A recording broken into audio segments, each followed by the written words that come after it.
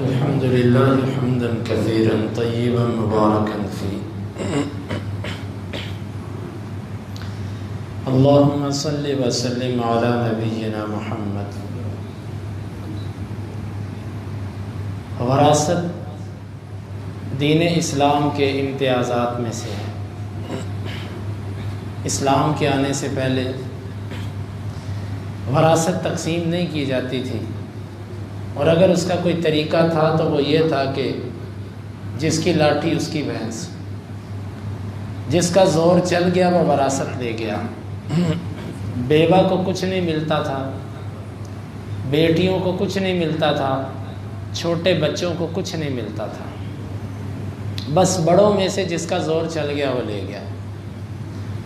اسلام نے اس ظالمانہ طریقے کو ختم کیا اور وراثت کا طریقہ جاری کیا۔ وراثت کے اندر شریعت نے 3 طرح کے حصے دار بنائے۔ اصحاب الفرائض، جن کا فرضی حصہ قرآن نے خود بتا دیا کہ اس کو وراثت میں سے اتنا دینا ہے۔ یہ ٹوٹل 12 افراد ہیں جن کا فرضی حصہ قرآن نے بیان کر دیا، یہ 12 ہیں۔ ان 12 میں سے 8 خواتین ہیں اور 4 مرد ہیں۔ 8 اور 4 12، اور باقی شریعت نے کچھ رشتہ دار ایسے بتائے کہ جو عصبہ ہیں، بطور عصبہ وہ آتے ہیں، اور کچھ رشتے ایسے ہیں جو ذوی الارحام ہیں، دور کے رشتہ دار۔ ان میں سے ہر ایک کی تعریف الگ الگ ہے، ہم اس بحث کے اندر نہیں جانا چاہتے۔ ہمارا مقصد صرف اور صرف علم وراثت کی تقسیم کے متعلق ہے۔ ہمارے معاشرے کے اندر وراثت کی تقسیم انتہائی غلط طریقے سے کی جا رہی ہے، یا تو کی نہیں جاتی یا کی جاتی ہے تو غلط طریقے سے۔ پہلی بات، بعض دفعہ والدین اپنی زندگی کے اندر مخصوص حصے بیٹوں کے نام کر جاتے ہیں اور کچھ حصے بیٹیوں کے نام پہ۔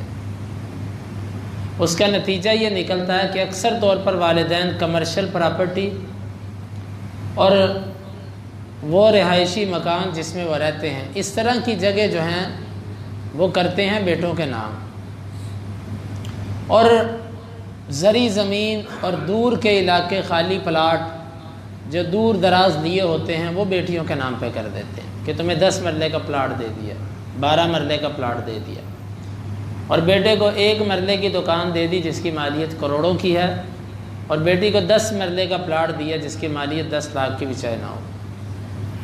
پہلی تو یہ تقسیم غلط ہے، غیر شرعی تقسیم ہے۔ وراثت تو اصل وہ ہوتی ہے جو انسان کے مرنے کے بعد تقسیم کی جاتی ہے، لیکن بعض وجوہات کی بنا پر انسان اپنی زندگی میں بھی تقسیم کر سکتا ہے۔ مثلاً وہ یہ سمجھتا ہے کہ میرے مرنے کے بعد میرے بچے آپس میں جھگڑیں گے، تو بہتر ہے کہ میں اپنے ہاتھوں سے ان کی تقسیم کر جاؤں۔ اس صورت کے اندر اس کے لیے برابری لازم ہے۔ برابری سے مراد کہ جس طریقے سے جس کا جتنا حصہ بنتا ہے اس کو وہ اتنا ہی دے۔ بیٹا ہے، بیٹی ہے، ہر ایک کے اعتبار سے وہ دیکھے، یہ مت کرے کہ ایک پلاٹ تمہارا اور ایک تمہارا، وہ ہر جگہ کی ویلیو دیکھے، ٹوٹل اندازہ لگائے کہ مالیت بنتی کتنی ہے، پھر اس کے مطابق وہ تقسیم کرے۔ یہ اصل تقسیم ہے۔ دیکھو آپ کا بچہ، اس کو اگر آپ کچھ بھی نہ دو گے دنیا کے قانون کے مطابق تو آپ کی مرضی، اللہ کے تو آپ مجرم ہو ہی۔ آپ کہتے تھے میں نے اپنے بیٹے کو راضی کر لیا، آپ کے بیٹے کو پتا میں بولا بھی تو ابا نے میری کون سی سننی ہے۔ آپ اس کو کہتے ہو وہ 10 مرلے کا پلاٹ میں تمہیں دیتا ہوں، وہ کہتا ہے جی ٹھیک ہے، نہ ملنے سے تو بہتر ہی ہے۔ اور دوسرے کو آپ 2 مرلے کا پلاٹ دیتے ہیں لیکن وہ کمرشل ہے۔ اب ان دونوں کی ویلیو برابر کیسے ہو سکتی ہے؟ تو یہ ظلم ہے، یہ غلط طریقہ ہے۔ آپ نے جب اپنے بچوں میں تقسیم کرنی ہے تو اس میں آپ ساری چیزوں کو برابر پہ رکھیں گے۔ اور بعض دفعہ ایسے ہوتا ہے کہ ماں کے زیورات، انگوٹھیاں اور اس طرح کی چیزیں بیٹیاں آپس میں بانٹ لیتی ہیں، یہ تمہاری ہو گئی، یہ میری ہو گئی، یہ تیری ہو گئی۔ اس میں بیٹوں کو کوئی حصہ نہیں دیا جاتا، یہ بھی غلط ہے۔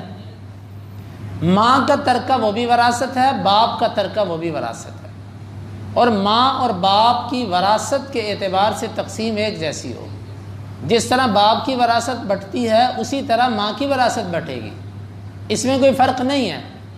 اب دو تین خرابیاں۔ پہلی خرابی یہ ہے کہ اپنی زندگی میں جب تقسیم کرتے ہیں تو صحیح تقسیم نہیں کرتے۔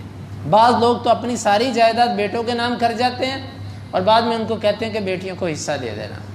یہ غلط طریقہ ہے، یہ درست نہیں ہے۔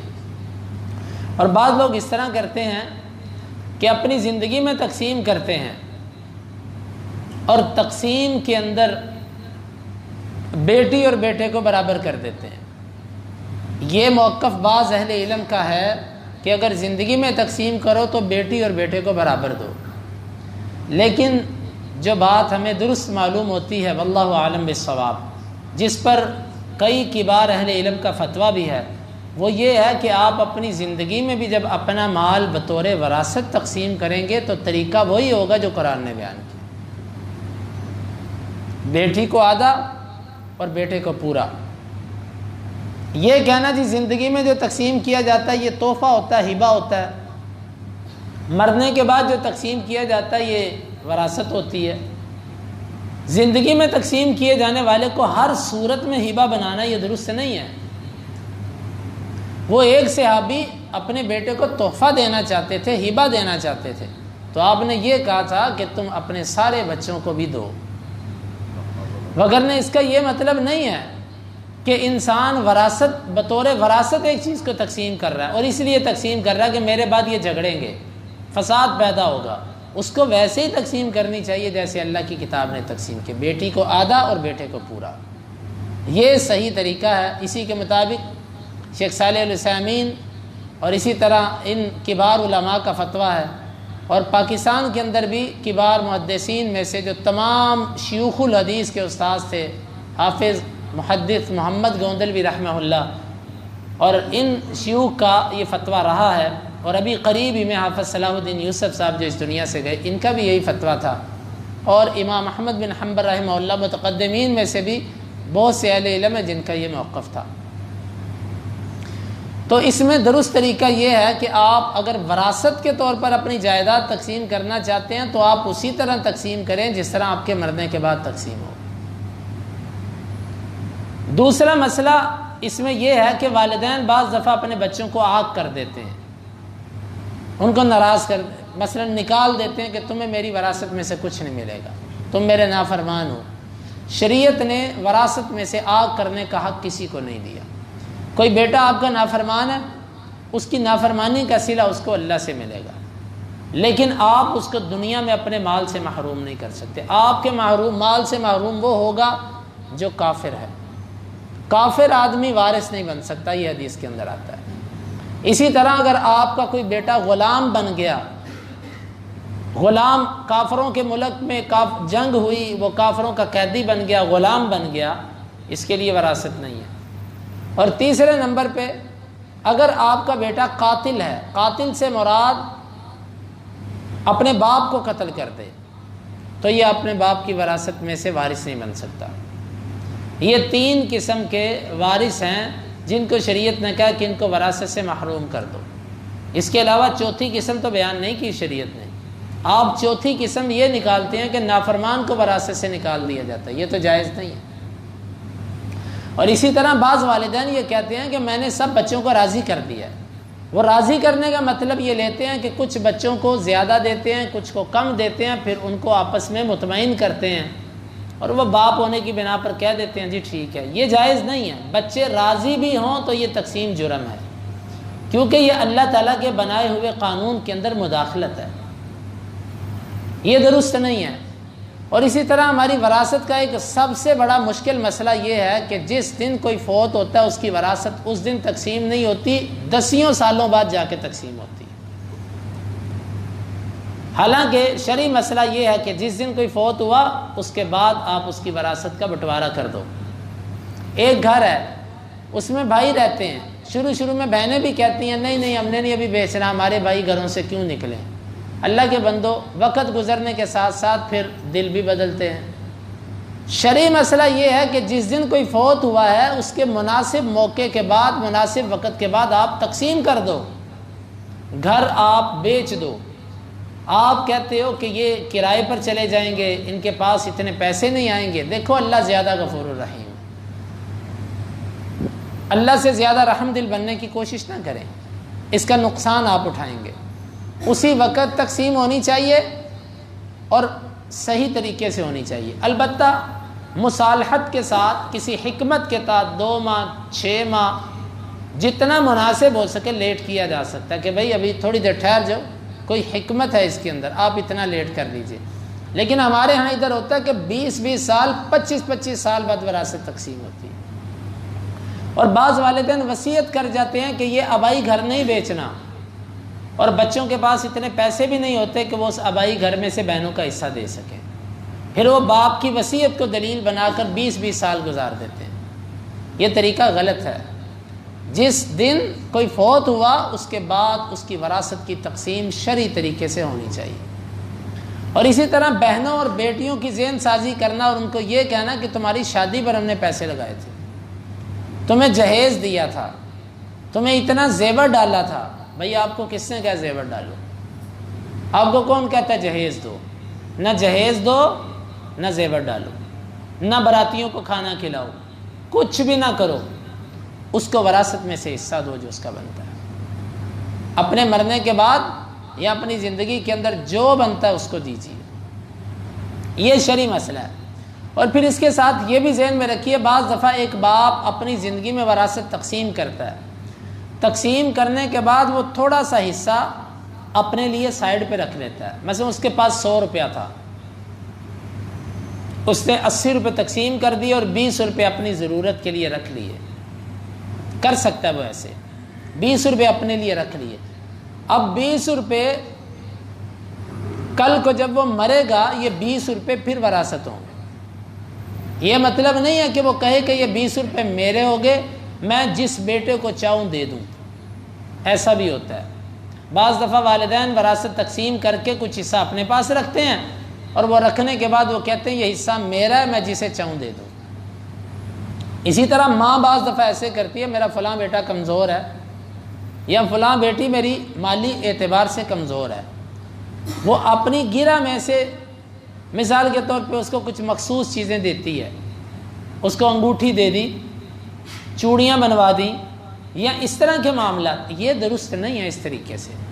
ہاں یہاں پر کچھ صورتیں مستثنیٰ ہیں، وہ صورتیں یہ ہیں کہ آپ کا کوئی بیٹی یا بیٹا بیمار ہے، معذور ہے، اس کے لیے آپ علیحدہ خرچ کرتے ہیں، آپ کی جیب سے جاتا ہے، یہ صورت ایک الگ ہے، کیونکہ یہاں پر جو برابری ہے نا اس کا یہاں تقاضا نہیں ہے، برابری اس کو نہیں کہتے۔ ایک بچہ بیمار ہے، ایک بچہ معذور ہے، اس کی بیماری پر آپ کا پیسہ لگتا ہے، اس کی معذوری پر آپ کا پیسہ لگتا ہے، یہ اس میں شامل نہیں ہے۔ البتہ اس کے علاوہ اگر آپ کسی ایک بیٹی کو کوئی چیز دیتے ہیں تو آپ کو ساری بیٹیوں کو دینی پڑے گی، اور اس کے ساتھ آپ کو بیٹوں کو بھی شریک کرنا پڑے گا۔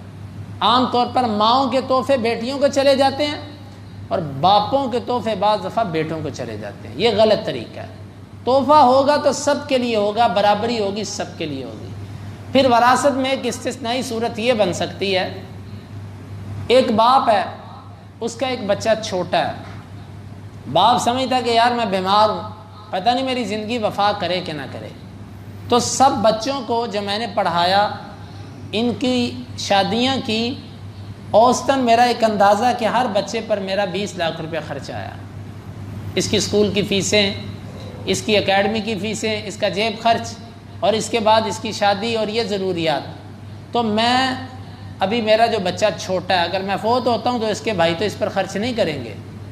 وہ یہ کہہ جاتا ہے کہ میں اپنے مال میں سے جس طرح باقیوں پر میں نے اتنا خرچ کیا، میں اس بچے کی تعلیم اور شادی کے سلسلے میں اتنے پیسے علیحدہ رکھ کے جا رہا ہوں جتنے پیسے میں نے اپنے باقی بچوں کے لیے رکھے ہیں۔ اس صورت کو اہل علم نے جائز قرار دیا ہے کہ یہ جائز ہے، کیونکہ یہاں پر آپ نے سب کے ساتھ ایسے کیا، اس بچے کے ساتھ بھی آپ ایسا کر سکتے ہیں۔ اس نیت سے جب وراثت تقسیم ہوگی تو اس رقم کو علیحدہ کر لیا جائے گا، بشرطے کہ وہ ایک عدل اور انصاف کے تقاضے پر ہو۔ وہ محض یہ نہ ہو کہ یہ چھوٹا بچہ اس کو اتنا زائد دے دو، یہ عام طور پر یہ کہا جاتا ہے کہ بڑے بیٹے نے محنت بہت کی ہے، اس کو کچھ زیادہ دے دو۔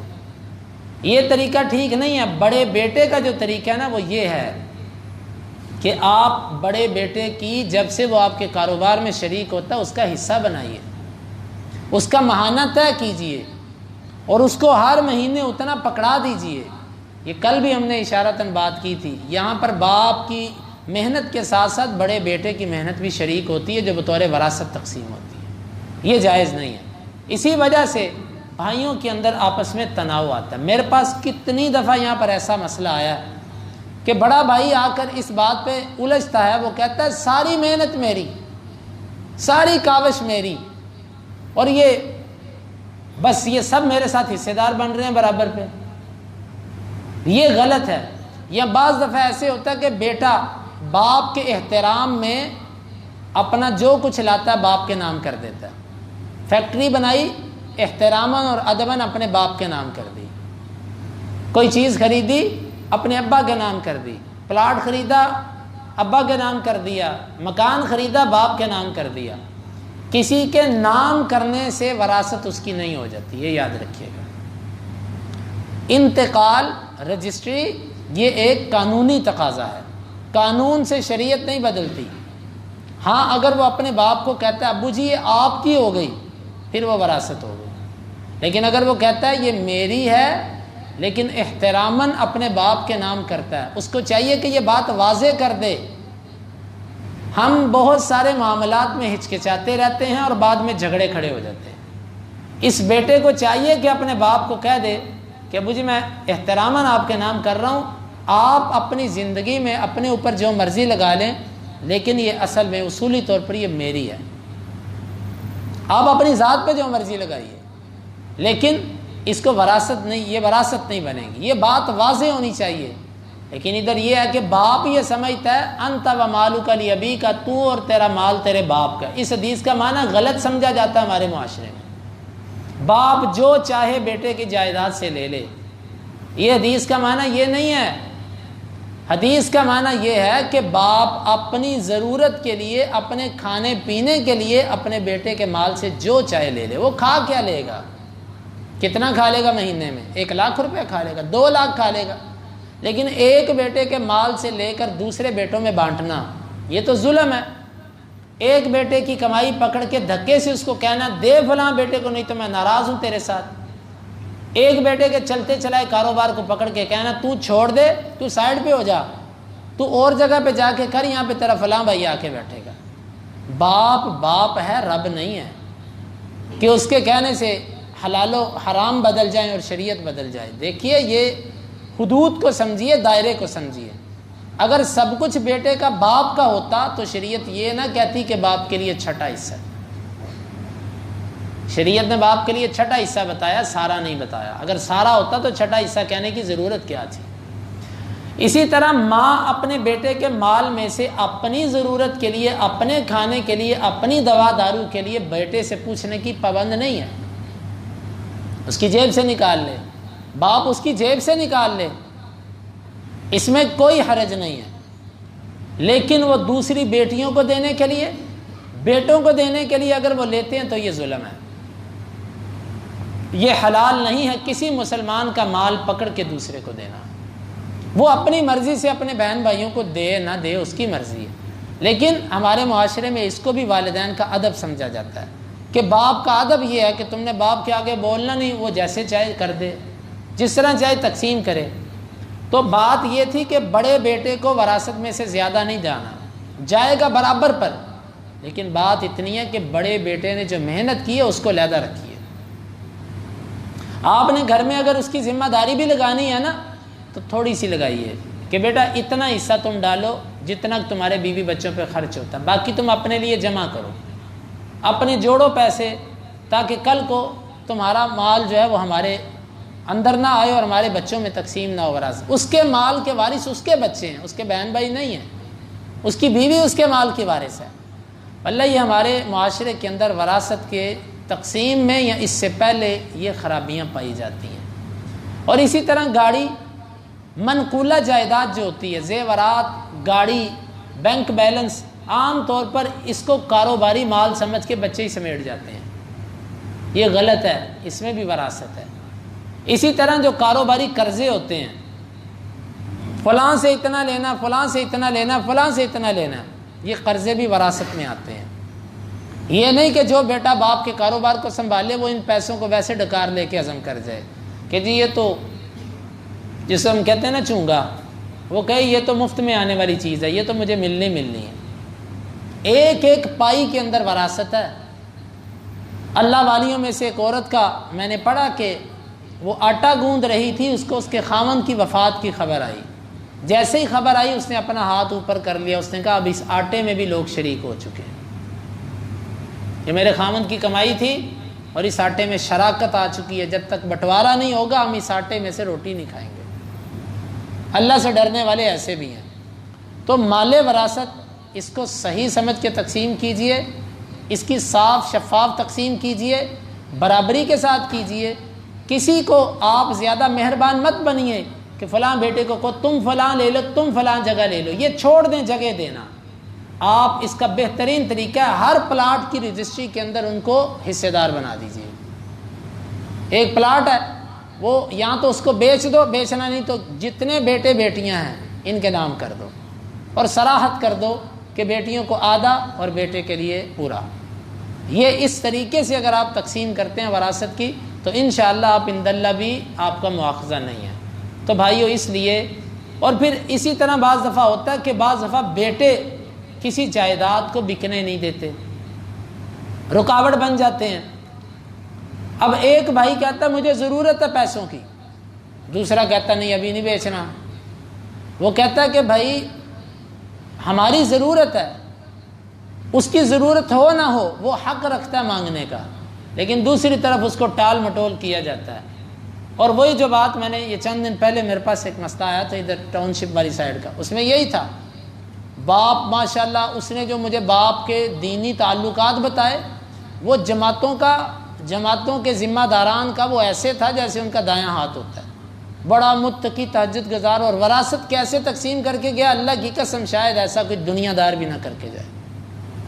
کروڑوں کی پراپرٹی بیٹوں کے نام، اور صرف ایک رہائشی گھر جو تھا نا جس کی مالیت کوئی 60-70 لاکھ روپیہ تھی وہ کہا بیٹیوں کو دینا، اور وہ بھی میرے 5 سال بعد تقسیم کرنی ہے، 5 سال تک بیٹے رہیں گے اس کے بعد وہ ان کو دیں گے۔ یہ ظلم نہیں ہے؟ ایسی نمازیں، ایسے روزے، ایسی تسبیحات کیا کریں گی تمہاری اللہ کے پاس؟ اللہ کے بندو، جب آپ اللہ کے قانون میں دخل اندازی کرتے ہیں تو یہ ظلم ہے۔ جس وقت کوئی فوت ہو اسی وقت اس کو تقسیم کیجئے، اللہ سے ڈریے۔ اس میں رکاوٹ بننے والا اور اس میں باپ کی وصیت کو یہ کہہ کر رکوانے والا کہ جی ابا وصیت کر گیا تھا، بھائی ابا وصیت کر گیا تھا تو خرید لو، خریدنے کی پسلی نہیں ہے تو چھوڑ دو۔ اب باقی ورثاء کو باپ کا نام لے کر مظلوم بنانا، ان پر ظلم کرنا یہ جائز نہیں ہے۔ تو اس لیے یہ وراثت ہے، اس کو صحیح طریقے سے تقسیم کیجئے۔ اللہ رب العالمین سے دعا ہے کہ اللہ تعالیٰ ہمیں ان مسائل کو سمجھنے کی اور کتاب و سنت کے مطابق عمل کرنے کی توفیق عطا فرمائے۔